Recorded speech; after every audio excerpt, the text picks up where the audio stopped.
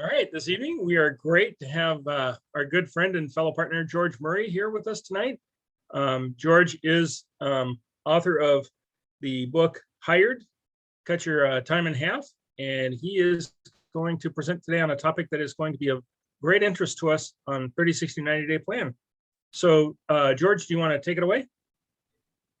Yes, so thank you for inviting me back. I must have not busted up too many bar rooms. So I appreciate it.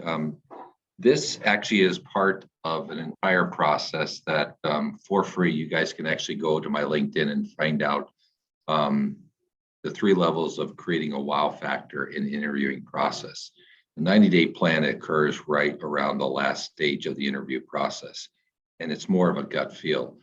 If you're leading up to it and you're doing the interviewing process effectively, one of the last questions you always want to ask is, what is the process of interviewing? Take me through the steps, and you'll get, we're going to do a couple of panel interviews, and then we'll do a final interview. And you can get from a gut feel how you're progressing. And the 90-day plan is literally the last step. It's really what you were going to present to the potential hiring manager and the HR manager, based upon all the information that you were able to gather through the interviewing process.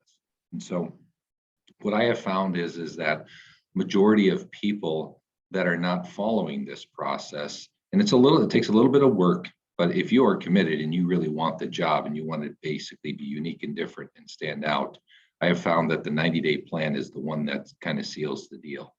I've had feedback as to, well, what if I give them the 90-day plan and it doesn't work, or they hire somebody else to try to implement my 90-day plan? Well, that says a lot about the employer, and you're probably better off, even though you may be looking for a job, you're better off not taking the role anyway. So they did you a service.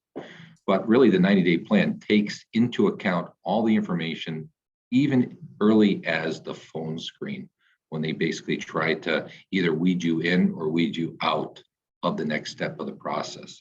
And so you're collecting data each and every particular point in the interview process that really feeds into that particular position.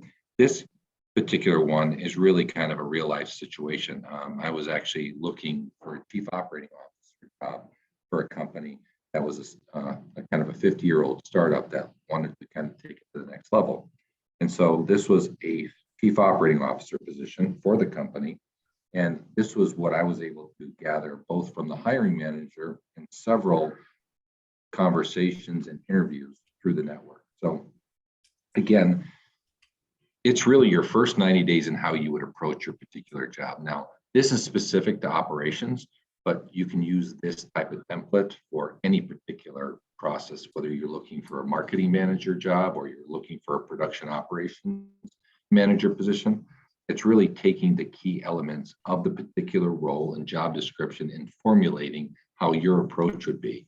And again, you always want to reemphasize to the hiring manager and the HR person when you present this, that these are based on all the several meetings and interviews that I had. And this is how I would approach my 90 days. And I would like the opportunity for the first week to sit and calibrate with you to make sure that the first 90 days are smooth and easily transferred.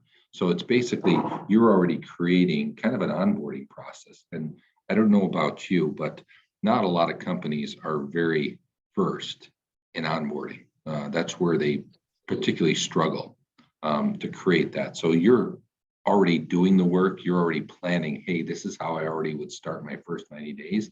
And I can tell you, that is a differentiator with the other people that are just kind of sitting and waiting for the HR manager and the hiring manager to decide.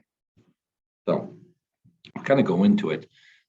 First, it's really kind of high level. Here's my approach, my alignment based upon all the criteria, and more importantly, you're aligning with your boss. You may have heard a lot of feedback from either his reports, direct reports, or indirect reports through the interviewing process. But you want to make sure that you come back to center and give an overall high level observation. So for me, it was really, how am I going to interact with the people?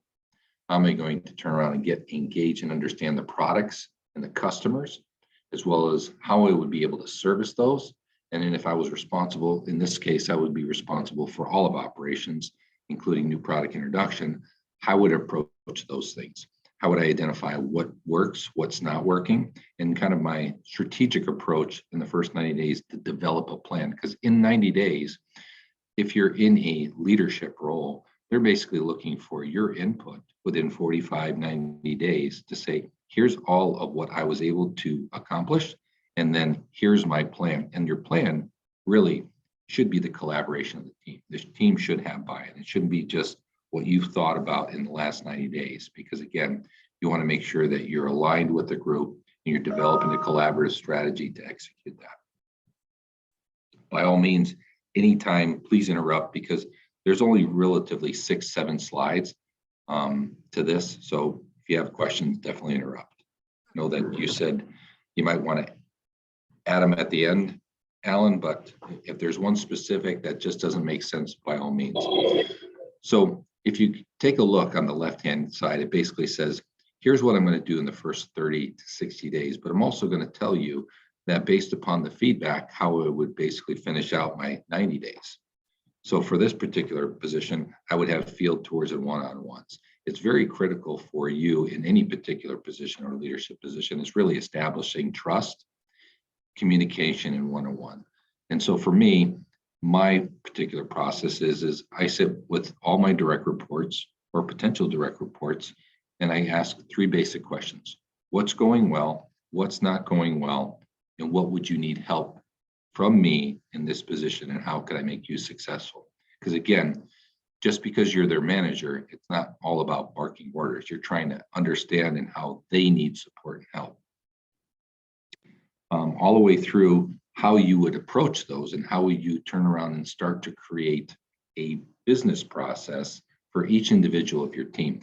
Now, you're going to find that certain managers need a little bit more help in one area over another, and you want to be able to develop that as a process in your overall team evaluation.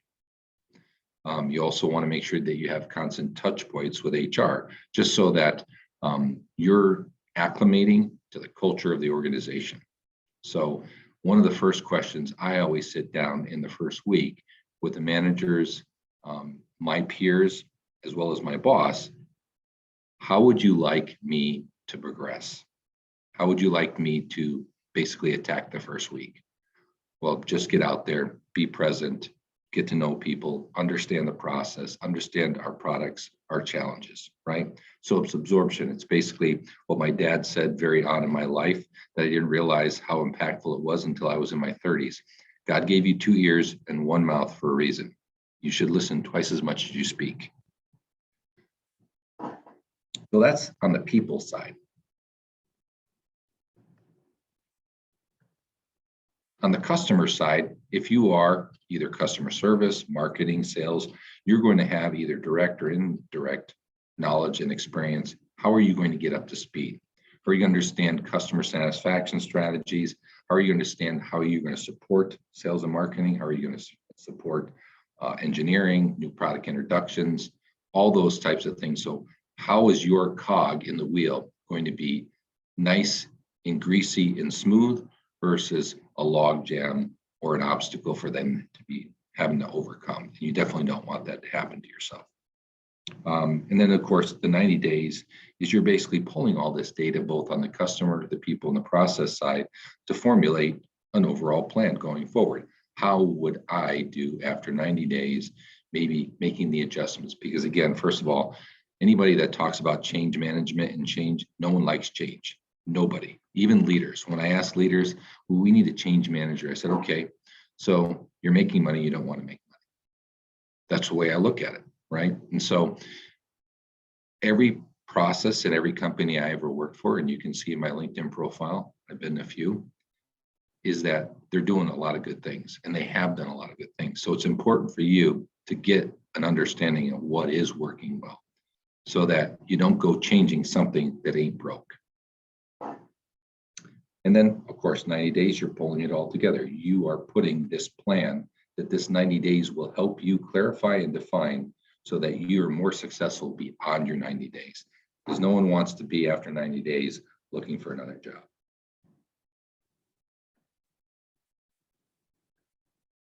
And of course, my favorite, operations. That's where I grew up, from military right into automation and automotive industry. So what's the current state? This is really a lot of data collecting. The first couple of weeks should be just listening, asking inquisitive questions, being the person to ask the most dumb question, because I've been in situations where there have been people senior in the organization that have gone through an entire presentation from a CEO or an executive, and I don't particularly understand it. So I always ask this the tough question, I don't understand. Can you help me clarify this? And 70% of the staff I have found has had the same concern, but no one would raise the question. So this is an opportunity for you to also help your potential peers in these discussions, as well as understanding how purchasing materials, in my case, how does it interact? Do they directly report to me? Do they not directly report to me? What area of responsibility do I have? How does that support the other particular areas? And then you're formalizing the plan to deliver an operational excellence, in my case, of the current state as well as the future state.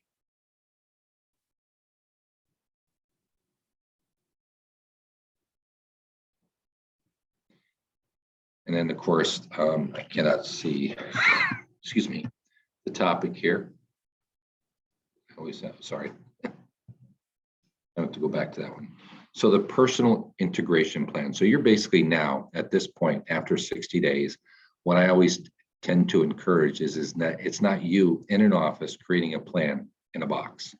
This is where you start to ask your team to basically say, we need to adjust a different path. Again, no one likes change, right? So you don't want to throw out the baby with the bathwater. So your approach should be is that I'd like for you guys to be able to come up with a plan from where we want to be tomorrow.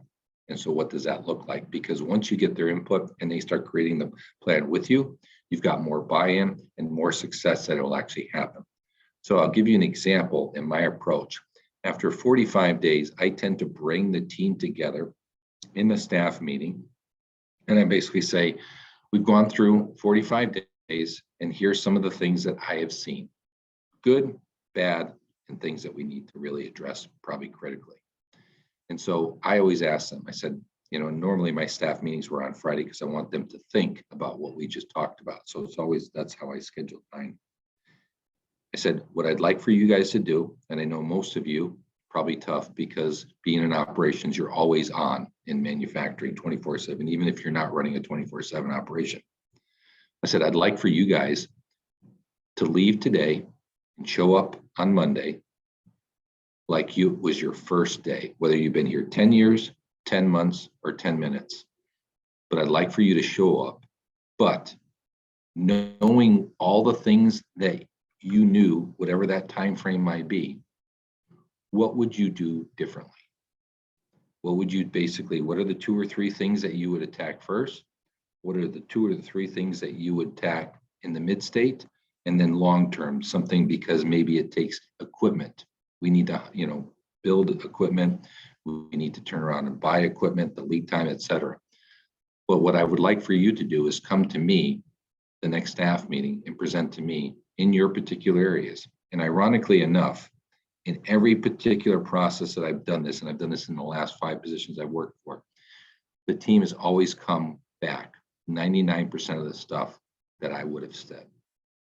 So it's a lot easier when they come to your table and say, here's what we can do, here's what we need to do, here's what we must do, because there's more buy-in to it. Now they actually have accountability, they have ownership, and the likelihood of them actually executing it and doing it is a lot higher than if George said, you know what, I'm coming in your backyard, I'm going to mess it all up, and guess what, now I'm going to complain that it's all messed up. Now this is what we're going to do to fix it. Because the likelihood of that support is probably less. So that's kind of my whole overall approach on the 90-day plan leading up to getting hired and also through the first 90 days. I know we went through relatively quickly, 15, 20 minutes. But this I find is the most impactful lock-in that you will get an offer. I've gotten an offer the last 3 of my 5 positions using this particular process. And I've gone up with them some stiff competition, because if you're like me and you're networking, you can come up and basically know probably maybe 3 or 4 of those people that are vying for that position just through the network that you've had. I know that there's been times where I've gone up through positions, and Sean Cheeseman, for example, great networker, has been out there. He's gotten the opportunity, right? So this, I tell you that when people don't do this, they're always kind of the bridesmaid and never the bride. They never get asked to be married. You want to get married, you want to get the job. The 90-day plan is your last line of securing the opportunity. Awesome, George. Thank you very much for that. We appreciate you taking time to do that. Absolutely. Anybody have any questions about it?